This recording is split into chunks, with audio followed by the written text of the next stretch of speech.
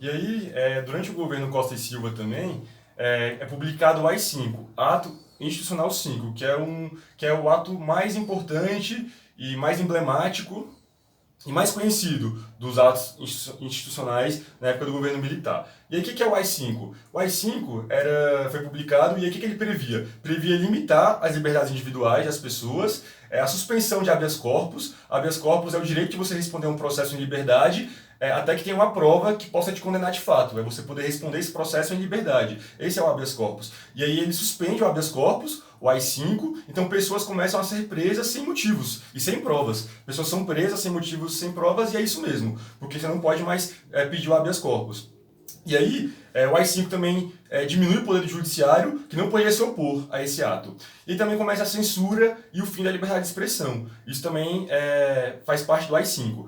Ou seja, as pessoas não podiam mais ter suas liberdades individuais, não podiam mais se expressar, e aí o governo começa a controlar a imprensa e também começa a controlar a educação nas escolas. O que era ensinado nas escolas e o que era publicado nos jornais tinha que passar pela aprovação do governo. Então, isso tudo fez parte do AI-5.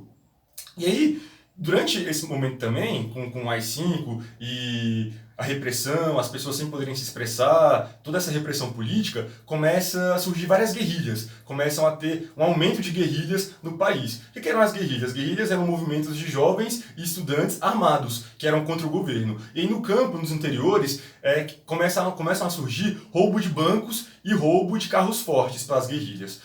Porque assim, já que eles não conseguiam se expressar por meios legais, por meio de voto, por meio de manifestação, porque eles eram reprimidos pelo governo, era proibido, então eles acharam outras formas de expressar as pessoas que eram contra o governo, os jovens, os estudantes. Então, já que eles não conseguiam se expressar por meios legais, eles achavam outras formas de se expressar.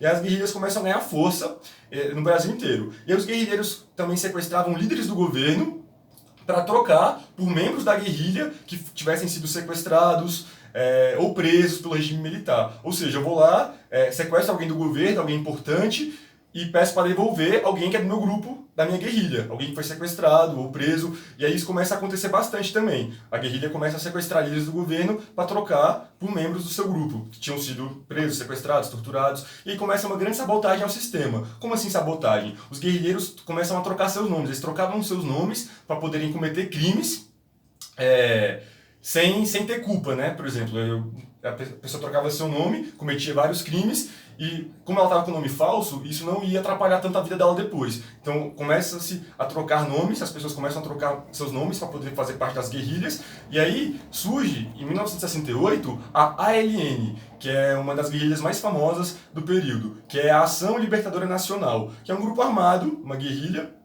E seu fundador é o Carlos Marighella, ele é o fundador e o líder da ALN. E a ALN, a Ação Libertadora Nacional, tiveram várias figuras conhecidas. Teve o José Dirceu, ele foi um membro da guerrilha, da ALN, a Dilma Rousseff, o Aloysio Nunes, para quem não sabe, ele foi o vice do Aécio na eleição de 2014, então ele também fez parte dessa guerrilha. E aí em 1969, o Costa e Silva, que era o presidente, tem um AVC. Ele tem um AVC e não consegue ficar no governo. E aí o vice dele chamava Pedro Aleixo. E o vice dele é impedido de assumir o poder pelos militares. Esses militares que impediram ele de assumir o poder era a Junta Governativa Provisória. E aí por que os militares impediram o Pedro Aleixo de assumir o poder? Simplesmente porque ele não era militar. Então ele era o vice do Costa e Silva e ele não assumiu porque ele não era militar. A Junta Governativa Provisória não autorizou ele assumir o cargo de presidente. Ou seja, foi um golpe dentro do golpe. E aí, depois do Costa e Silva, ele não consegue mais continuar no governo por causa do seu AVC, aí o Médici assumiu o poder, isso em 1969. Aí o Médici foi o presidente do Brasil entre 1969 e 1974. Ele ficou esse tempo no poder. E aí, o que aconteceu no governo Médici de importante, que vale a pena lembrar? O que aconteceu de importante? Teve um milagre econômico no governo Médici. E o milagre econômico foi graças às medidas impopulares que aconteceram nos governos anteriores, no governo anterior do Costa e Silva. Tem um milagre econômico e também começa um grande investimento estrangeiro na construção civil. A construção civil começa a movimentar muito a economia no Brasil. Tanto é que nessa época do governo Médici é construída a ponte de Niterói, é construída a rodovia transamazônica. E o governo Médici também foi conhecido como Anos de Chumbo. Por que Anos de Chumbo? Porque foi durante o governo Médici que tiveram mais mortes e mais torturas. Então as pessoas que querem falar bem do governo Médici, elas vão falar sobre o milagre econômico, sobre a inflação que começou a cair, sobre as grandes construções. E quem for falar mal vai olhar esse ponto, que tiveram mais mortes e mais torturas dentre todos os governos militares.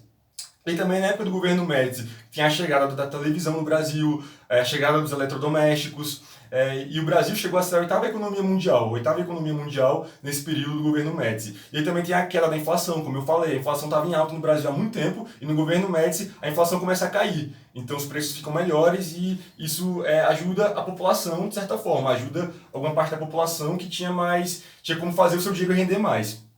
E aí também, a Copa de 70, que o Brasil foi campeão, serviu como propaganda política do governo Médici. Por exemplo, o Brasil ganhou a Copa do Mundo porque aqui funciona, aqui é um país que funciona, tá vendo? Aqui as coisas dão certo, por isso que nós ganhamos a Copa de 70, por isso nós ganhamos a Copa do Mundo. Então a Copa de 70, ela serve como propaganda do governo Médici, como propaganda política, para mostrar para o mundo, para os outros países, que o Brasil era um país que estava dando certo. E é isso, galera, esses são os principais pontos do governo Costa e Silva e do governo Médici, os principais atos institucionais e o contexto pré-golpe militar.